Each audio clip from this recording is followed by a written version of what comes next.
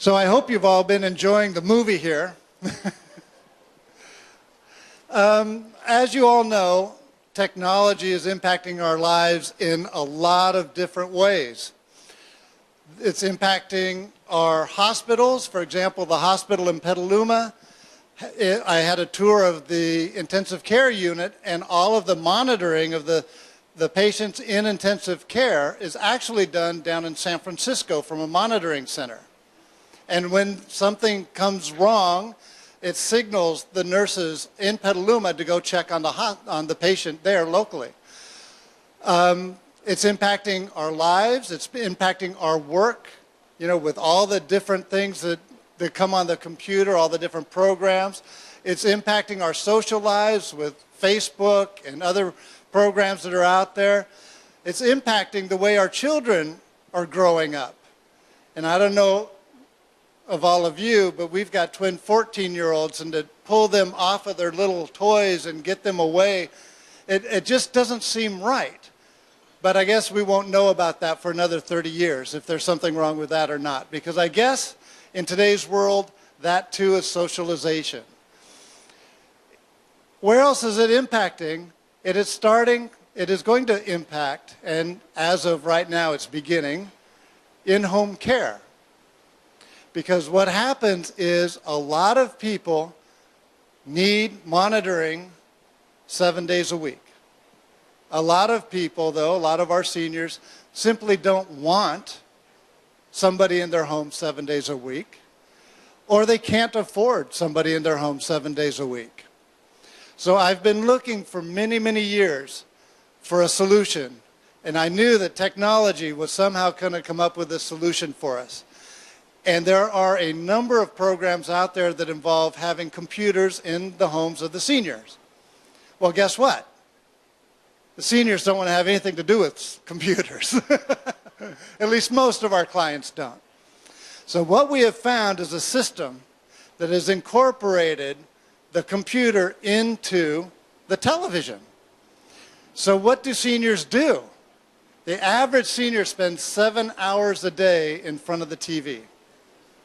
Okay, so if we could use that TV and a simple remote control that they're very used to using to monitor them, we might have a successful product and a successful service for them. So what we have here, as you can see, there's a TV going on.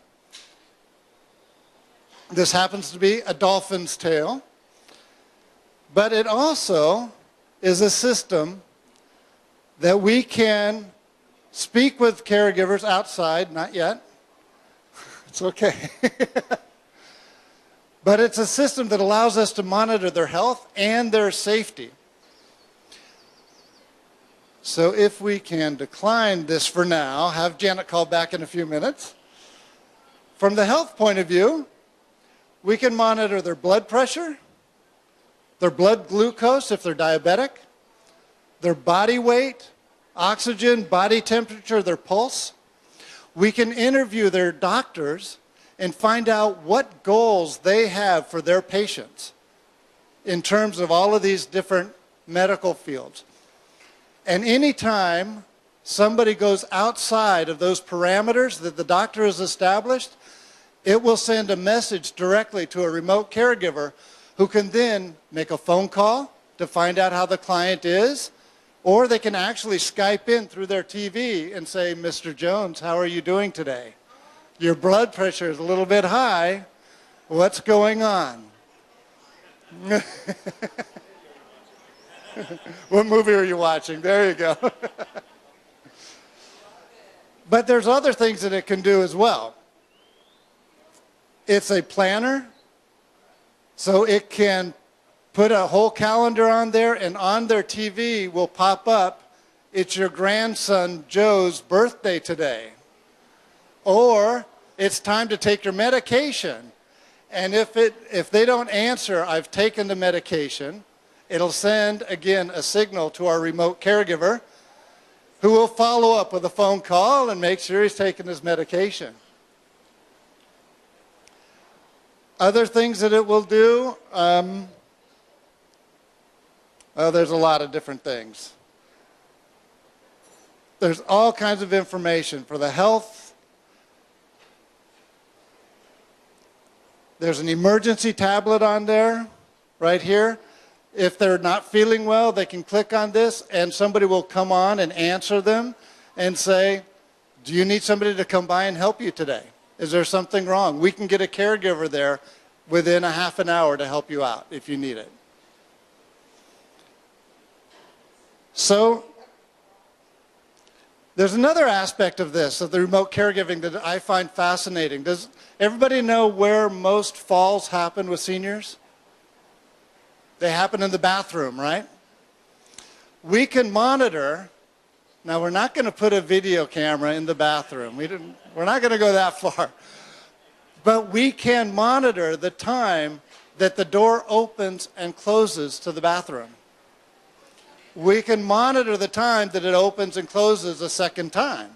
So we know that 8:05 he went in, Mr. Jones went into the bathroom, and at 8:09 he came out.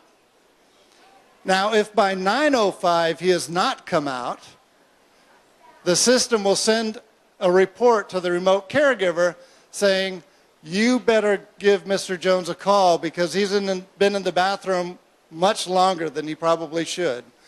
So if he's fallen and he's hurt in the bathroom, we can call him up. If there's no answer, we'll have a protocol. What is it that we do next? Do we call the family? Do we call 911? Do I send a caregiver to help him out? We can do any of those things just to make sure that he's okay.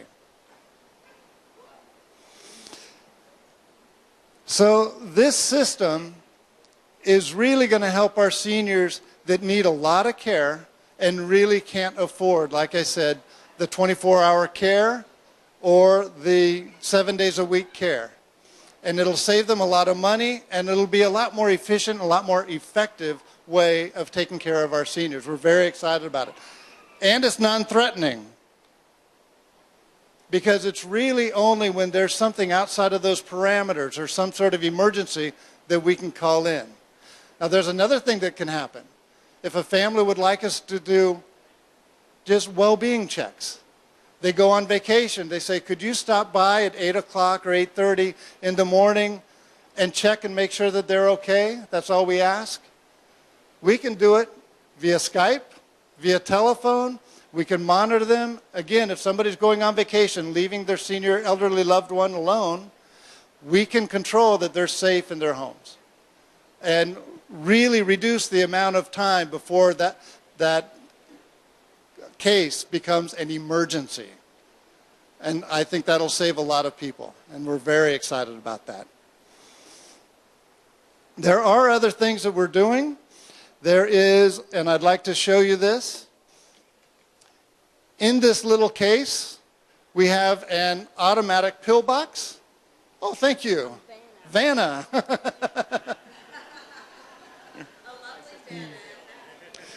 If the client doesn't need all of that kind of remote care, but maybe they're just having difficulty managing their medications and they're forgetting to take their medications, this is a product made by Medfolio that we're beginning to distribute right now. And what happens is when we have the morning, the noon, the evening, and the bedtime pills, when it's time for them to take their pills, a light will go off and start flashing.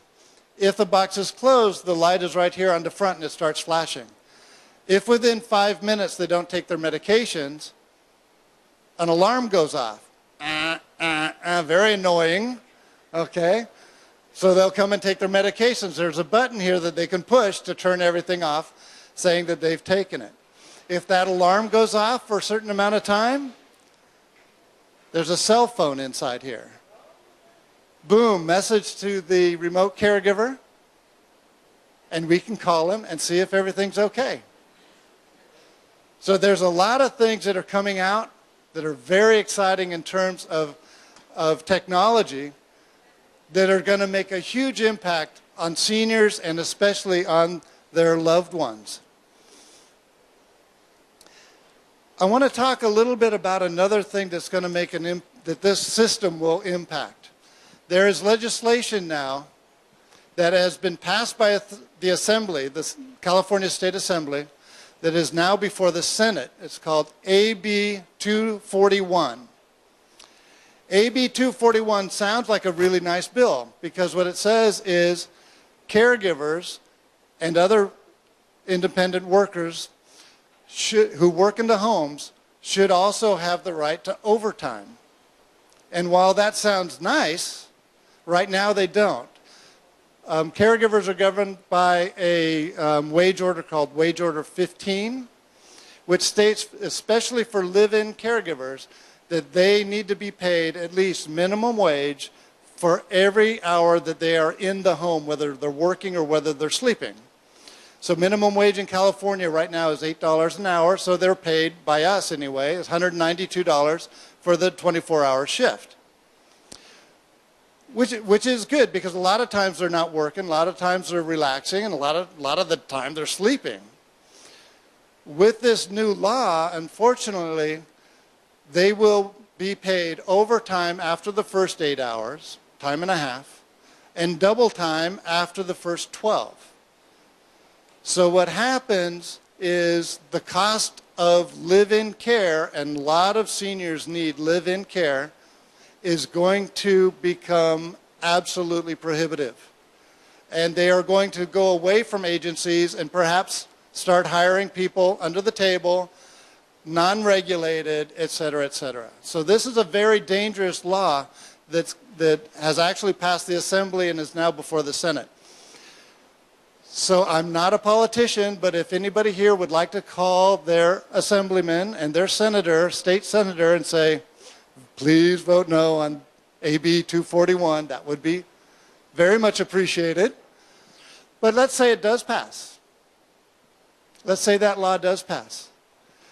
That's an incentive, an additional incentive to try to find new ways to keep those costs under control. Remote caregiving is that way because we might be able to, it depends from case to case, but we may be able to have somebody there only 8 hours during the day, and the rest of the day we can cover them through remote caregiving just to make sure that they're safe, monitor their safety, make sure they're taking their medications, things like that. It's very exciting to see what's going on these days in technology and in the medical field and in the non-medical field, which is home care.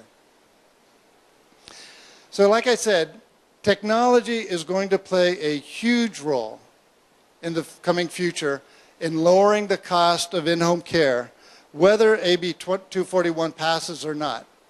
And we're all very excited. And I've got a phone call. Thank you very much. I've got a phone call coming in. Where'd my remote go?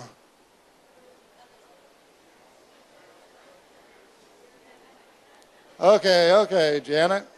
Here she is.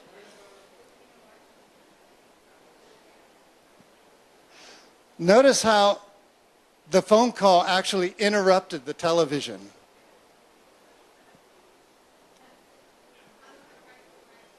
Uh-oh. Have her call again. Have her try it again.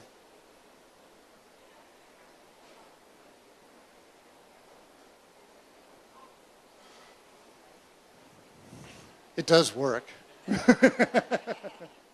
It just took me too long to find my remote to answer it. You think maybe that'll happen to some of our seniors as well?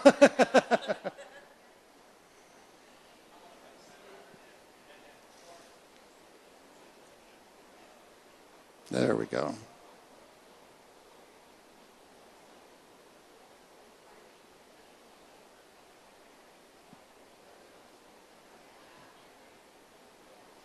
So the call comes in, the senior has to decide to answer it. It doesn't automatically interrupt everything. Call dropped before failure in network. Oh well. Do we have any questions? I'm sorry about this. It does work. It was working earlier today. Are there any questions? Yes, Virginia. So you said that seniors object to computers in their home. What about this? Yes, the question is, will seniors accept having this in their home? There has been testing. This program was developed by a company out of San Diego called Independa, and the TVs were specially made by a company called LG. LG is a South Korean company. They're the largest manufacturers in the world of televisions. I think we have a problem up here. We are a bit remote, so it's kind of, I have a hard time connecting, unfortunately. Independent did a nationwide study to see if seniors would accept having a new TV in their home, and it is very much acceptable. The TV is included in the cost of the service, so they don't have to buy the TV. That we provide to them free of charge, and they come in various sizes. This is the smallest one, but they come from that up to 72-inch TVs. So a lot of people will not refuse having a free brand new TV in their home. Yes, ma'am.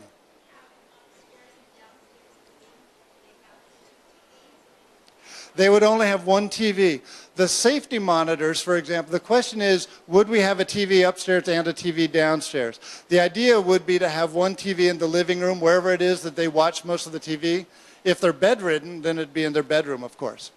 But what this system also does, as from a safety concern, is if our client generally wakes up and gets out of bed at 6:30 in the morning, we can put a pressure mat next to the bed, and as they get up and they step out of bed, they step on the pressure mat, that sends a signal to our remote caregiver saying that Mr. Jones has gotten out of bed. If Mr. Jones gets out of bed every morning at 6:30, again, at 7:30, we haven't received the message, it'll send us a message that he is 1 hour late in getting out of bed, and we can give him a call to make sure he's okay. Answer your question? Virginia. So who does all the programming of the information into the system? The caregiver? The question is, who does all the programming of all the data into the system? Our area manager, our field supervisor, would go and speak with a physician to find out what parameters are important for that particular client. Then our technical people, our technical person happens to be my son Cody, is a specialist in programming all the data into the system. You've met Cody, I think. Okay. And we would update the system as things change as well. Yes, ma'am. What if the electricity goes out? Well, then this goes out too. Yeah. There will be times that it does go out, but they wouldn't be able to watch TV anyway, right? Any other questions? Well, thank you all very much. Enjoy your evening, and I will be here afterwards to answer any questions. I would love to show you how all these devices work. I've got a scale and a blood pressure unit and a blood sugar unit and a pulsometer, and I'll show you. I'm not going to demonstrate how much I weigh in front of everybody, but one-on-one I'd be happy to demonstrate how it all works. It all works through Bluetooth, and it all goes to that little device with the antenna, and from there it goes to the internet and into our offices. So I will see you after your dinner. Thank you very much.